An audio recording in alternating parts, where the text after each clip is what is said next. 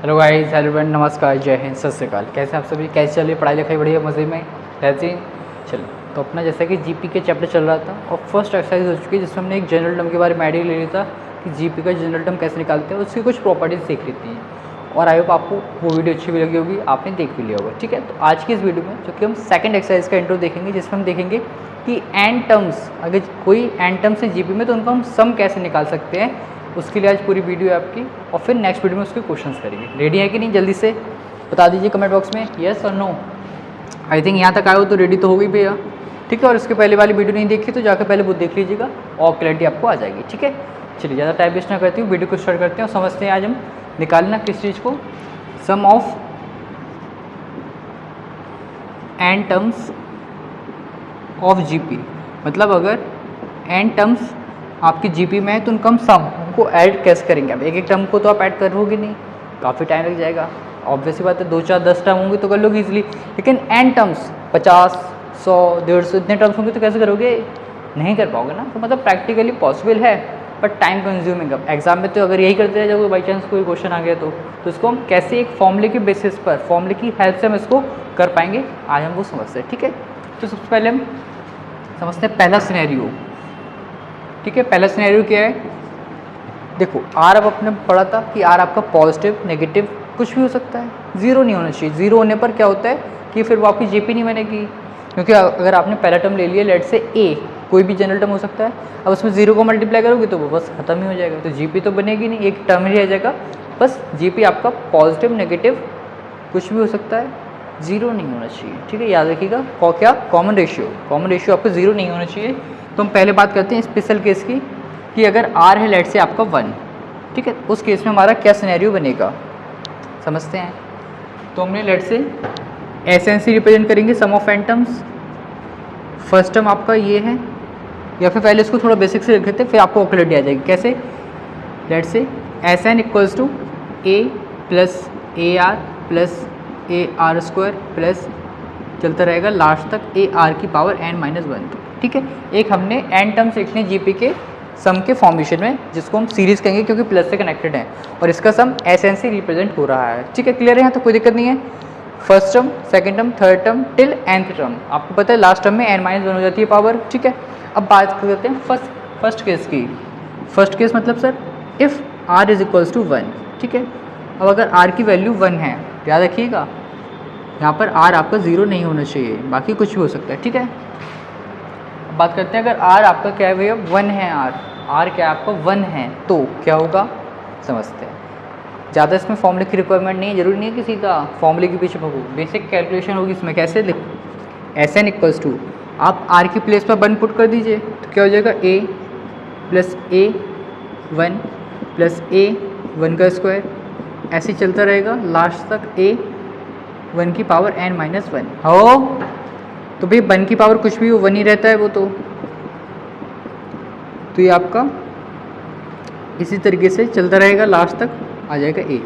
तो इस यहाँ से क्या क्लैरिटी मिल रही है हमें कि एक जीपी की सीरीज जिसमें एन टर्म्स हैं, बस उनको ऐड करना है, वो भी सेम ही टर्म्स हैं सभी, ए ए ए ए ए। तो जैसे कि मल्टीप्लिकेशन कर दे ना, अगर कहीं लिखा है 2 + 2 + 2 तो आप इसको लिख सकते हो 2 × 3, बिल्कुल सेम उसी तरीके से। ए है कितने टाइम्स है, ए एन टाइम्स है, तो ए एन या फिर एन ए, तो ये हो जाएगा आपका sum of n terms for r equals to 1 के लिए। बिल्कुल सिंपल कैलकुलेशन था, सिंपल कॉन्सेप्ट है। इस पर क्वेश्चंस आपको ज़्यादा देखने को नहीं मिलते हैं क्योंकि बेसिक डिस्कशन है, कुछ है नहीं इसमें, है ना। कि अगर आपका आर 1 है तो उस केस में जो सम ऑफ एन टर्म्स आता है वो डायरेक्ट क्या आता है, number of terms into first term. ठीक है, इस तरीके से आप कर लोगे, कोई दिक्कत नहीं, बिल्कुल बढ़िया है क्वेश्चन। ठीक है, हो जाएगा। हटा दूँ इसको, ये देख लीजिए, क्योंकि फिर अपना जो मेन डिस्कशन है वो नेक्स्ट के लिए है, आर लेस देन और ग्रेटर देन 1 वाला। ठीक है, इसको ले लिया स्क्रीनशॉट। चलिए इसको हटा देते हैं, फिर अपन समझते हैं आगे का कॉन्सेप्ट क्या है अपना।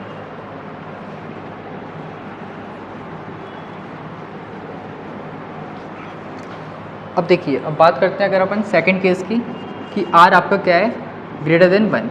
अगर आर की वैल्यू 1 से बड़ी है तो क्या होगा, 1 से बड़ी मतलब 2, 2/3, सॉरी 2/3, 2, 3, 4, 10, 20 कुछ भी हो सकती है, लेकिन 1 से बड़ी होगी। ठीक है, तो इस केस में हमें क्या ध्यान रखना है समझते हैं। पहले क्या करिए, ये जो आपको गिवन है इसको एक बार लिख लेते हैं,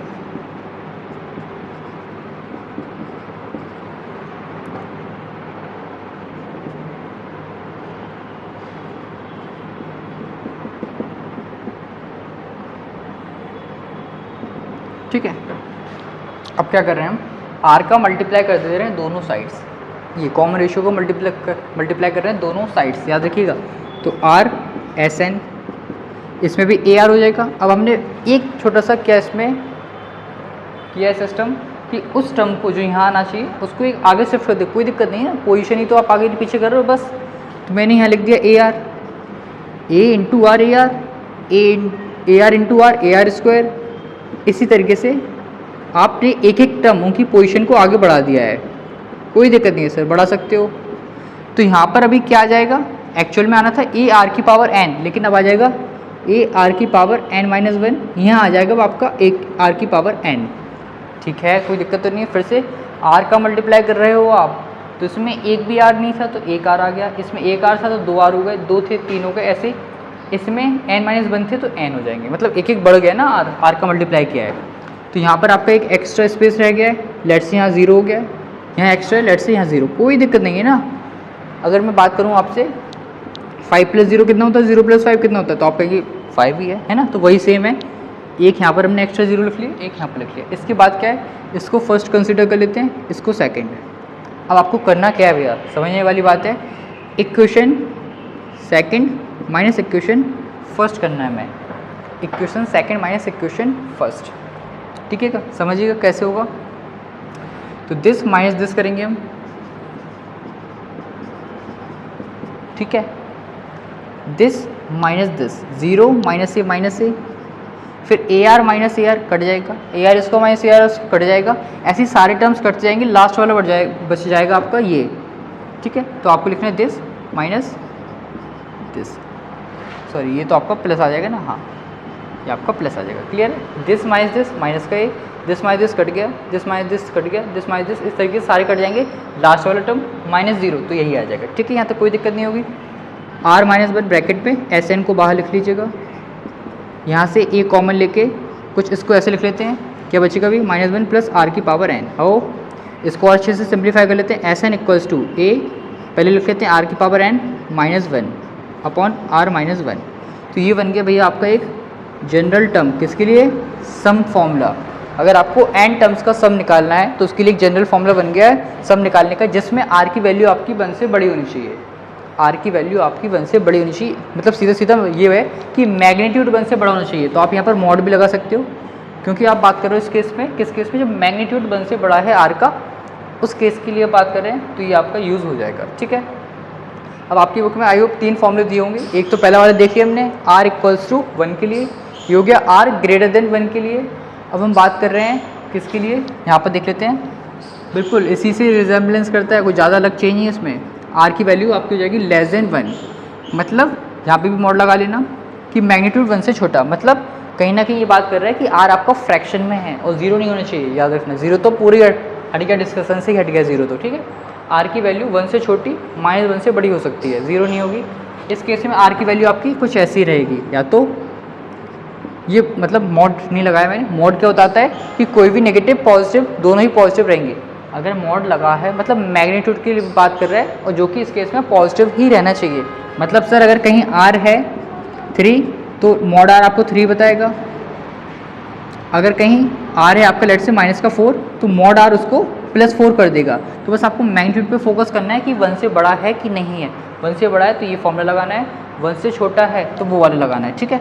इस केस में क्या है, या तो आर की वैल्यू 1 से बड़ी रहेगी, या आर की वैल्यू इससे -1 से छोटी रहेगी। याद रखिएगा आर की वैल्यू या तो 1 से बड़ी या -1 से छोटी, ठीक है। इस केस में आर की वैल्यू कुछ आपकी इस तरीके से डिफाइन हो जाएगी, 1 से छोटी और -1 से बड़ी, ठीक है। मतलब इसके बीच वाला रेंज ये आ गया, ये आ गया, ठीक है, ठीक है। चलिए अब इसमें कोई ज़्यादा चेंज नहीं आता है आपका। आप ऑब्जर्व करेंगे कि अगर आर आपका 1 से बड़ा है तो यहाँ पॉजिटिव नंबर मिलेगा, मतलब 1 से बड़ा रहेगा। 1 से बड़े में 1 माइनस करोगे तो कुछ ना कुछ वैल्यू आएगी, आपका क्या नहीं आ सकता है, नेगेटिव नहीं आ रहा है। बस इस केस में करने के लिए आप केवल माइनस कॉमन ले लीजिए ऊपर और नीचे से। अगर हम बात करें इसी के लिए, एस एन इक्वल्स टू क्या है, ए आर की power n minus 1 upon R minus 1, minus minus common ले लो ऊपर और नीचे से, तो माइनस बाहर आएगा, यही बचेगा 1 माइनस आर की power n upon 1 minus R हो जाएगा। ये बस माइनस से माइनस कट जाएगा, तो आपका ये फॉर्मूला बन गया किसके लिए, लेस देन 1 के लिए, मतलब फ्रैक्शन के केस के लिए। ठीक है, समझ पा रहे हो कि नहीं? बिल्कुल सिंपल सा कॉन्सेप्ट, कोई ज़्यादा हार्ड नहीं है, केवल आपको बस यही फॉर्मूला यूज़ रखना है। इसके पहले वाला भी ज़्यादा यूज़फुल नहीं है, एन ए है उसमें तो सिंपली अगर R1 है, अगर R ग्रेटर देन 1 है तो ये यूज़ करिएगा, R लेस देन 1 है तो ये यूज़ करिएगा। ठीक है, क्लियर है यहाँ तक? कोई दिक्कत नहीं है? क्लियर है? बोलो यार, क्लियर है कि नहीं है? एक बेसिस में ये तो हमने केवल इन्फिनिटी का पढ़ा है, एक सॉरी ये तो हमने एन टर्म्स के लिए पढ़ा है, फाइनाइट टर्म्स कहते हैं जिनको। एक इन्फिनिटी वाला भी आता है जो कि आई थिंक आपके में नहीं है, 11th में है। तो उसमें क्या होता है भैया, इन्फिनिटी के लिए पढ़ना है, मतलब आपकी जीपी चलती जा रही है तो क्या होगा, तो वो अपन 11th में देखेंगे, अभी नहीं देखने की ज़रूरत है। ठीक है, तो एन टर्म्स वाला आगे आपको क्लियर होगा, इक्वल्स टू 1 के लिए, ग्रेटर देन 1 के लिए और लेस देन 1 के लिए। ठीक है, इसमें और इससे ज़्यादा कोई डिस्कशन नहीं है आपका, तो इसको अच्छे से देख लीजिएगा एक बार। और डेरिवेशन की फॉर्मेट में हमने कुछ नहीं किया था, पहले सम का फॉर्मूला एज इट इज लिख दिया, मतलब सम का पूरा फॉर्म में, सम के फॉर्म में एज इट इज लिख दी, आर का मल्टीप्लाई किया है, फिर सेकंड माइनस फर्स्ट करके आपका फॉर्मूला फॉर्म हो गया है। ठीक, कोई दिक्कत नहीं, बिल्कुल अच्छे से आ जाएगा ये आपका। और फिर माइनस कॉमन लेके कैंसिल करके ये बन गया है, तो ये लेस देन 1, ये ग्रेटर देन 1। ठीक है, क्लियर है? क्वेश्चन देखना है एक आध एग्जाम्पल में, चलो एक आध एग्जाम्पल बता देते हैं। ठीक है, इसका स्क्रीनशॉट ले लीजिए, जल्दी से ले लीजिए स्क्रीनशॉट। चलिए ठीक है, चलिए क्वेश्चन ले लेते हैं आपको समझने के लिए और क्लैरिटी आ जाएगी, जिससे आपको लेट से बोल रहे हैं 1 + 1/2 + 1/4 + 1/8 और ये चलते जा रहा है 225 टर्म्स। ठीक है, आपको 25 टर्म्स तक का सम बताना है इस जीपी का। आपके लिए क्या क्या रिक्वायरमेंट है, पहले फॉर्मूला लिख लेते हैं जनरल टर्म के लिए। अब लिखोगे कैसे, पहले आपको नॉलेज होनी चाहिए कि आर क्या है, तो उसमें आप पहले आर फाइंड आउट कर लीजिए।